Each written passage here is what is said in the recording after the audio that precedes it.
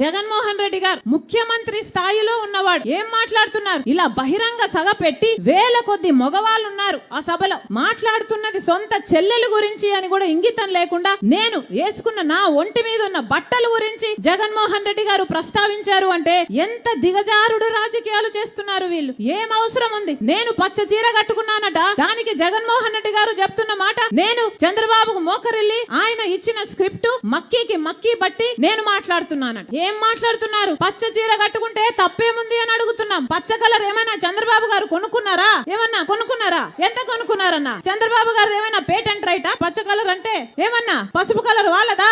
జగన్మోహన్ రెడ్డి గారు మర్చిపోయినట్టున్నారు. సాక్షి ఛానల్లో సాక్షి పేపర్ లో ఎల్లో కలర్ ఉంటది, పసుపు కలర్ ఉంటది, పైన గుర్తుందా అన్న? పసుపు కలర్ ఉంటది. దానికి రాజశేఖర రెడ్డి గారు ఆ రోజు చెప్పిన మాట ఏ తప్పేముంది? పసుపు అంటే మంగళకరమైన రంగు, అదేం టీడీపీ వాళ్ళ సొంతం కాదు అని ఆ రోజు రాజశేఖర రెడ్డి గారే సాక్షికి పసుపు రంగు పెట్టించారు. పసుపు అన్నది మన వంటల్లో కూడా వేసుకుంటామే, అది టీడీపీ ఎప్పుడు కొనుక్కుందన్నా? వాళ్ళ సొంతమా అది?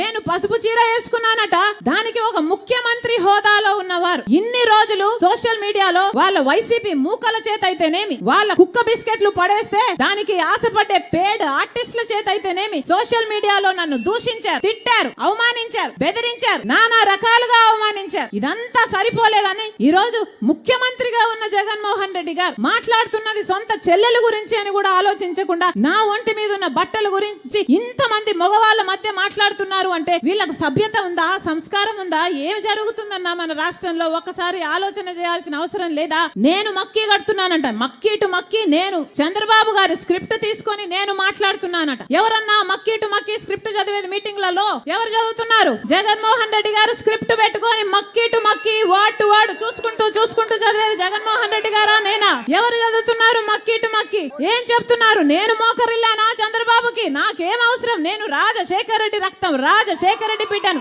నేను ఎవ్వరి ముందు ఏ రోజు మోకరించలేదు, అందుకే మొండిగా ఈ రోజు వరకు కొట్లాడుతున్నా. నా గురించి ఎవడు ఏమి రాసుకున్నా ఏమి అనుకున్నా ఏ రోజు పట్టించుకోలేదు రాజశేఖర రెడ్డి బిడ్డ. ఎందుకంటే నాకు తెలుసు నా గుండెలో ఉన్న నిజాయితీ గురించి. ఈ రోజు మోకరిల్లింది ఎవరు? బీజేపీ ముందు, మోడీ ముందు జగన్మోహన్ రెడ్డి కాదా మోకరిల్లింది? ఎంతగా మోకరిల్లారన్నా? ఆఖరికి మన ప్రత్యేక హోదాను తాకట్టు పెట్టారు, మన పోలవరం తాకట్టు పెట్టారు, మన రాజధాని తాకట్టు పెట్టారు, మొత్తం అన్ని మన ప్రయోజనాలు అన్ని తాకట్టు పెట్టుకున్నారు వాళ్ళ స్వప్రయోజనాల కోసం. ఢిల్లీకి వెళ్ళినప్పుడల్లా మన రాష్ట్ర ప్రజల సమస్యల గురించి మాట్లాడుతున్నారా ముఖ్యమంత్రి గారు? అవినాష్ రెడ్డిని కాపాడడం గురించి మాట్లాడుతున్నారు. అవినాష్ రెడ్డి ఎక్కడ అరెస్ట్ అవుతాడో బెయిల్ తెచ్చుకోవడానికి లేకపోతే వాళ్ళ మద్దతు తెచ్చుకోవడానికి వెళ్తున్నారు తప్పితే ప్రజల గురించి ఎప్పుడు మాట్లాడుతున్నారు వీళ్ళు కాదా? అసలు మోడీకి దత్తపుత్రుడు అని చెప్పడం లేదా? బీజేపీ నాయకులే చెప్తున్నారే జగన్మోహన్ రెడ్డి గారు మోడీకి దత్తపుత్రుడు అని. మరి జగన్మోహన్ రెడ్డి గారు బీజేపీకి వారసుడా, మోడీకి వారసుడా, లేకపోతే రాజశేఖర రెడ్డి గారి వారసుడా? ముమ్మాటికి మోడీకి వారసుడు.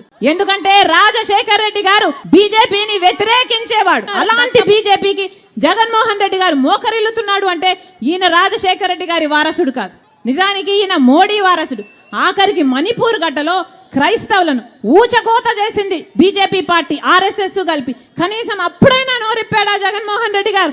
సొంత మతం, మన మతం క్రైస్తవులను చంపేస్తున్నా అప్పుడు కూడా బీజేపీకే మద్దతు ఇచ్చాడే చట్టసభలలో. మరి ఈయన బీజేపీ వారసుడు కాక రాజశేఖర రెడ్డి గారి వారసుడు ఎలా అవుతాడన్నా?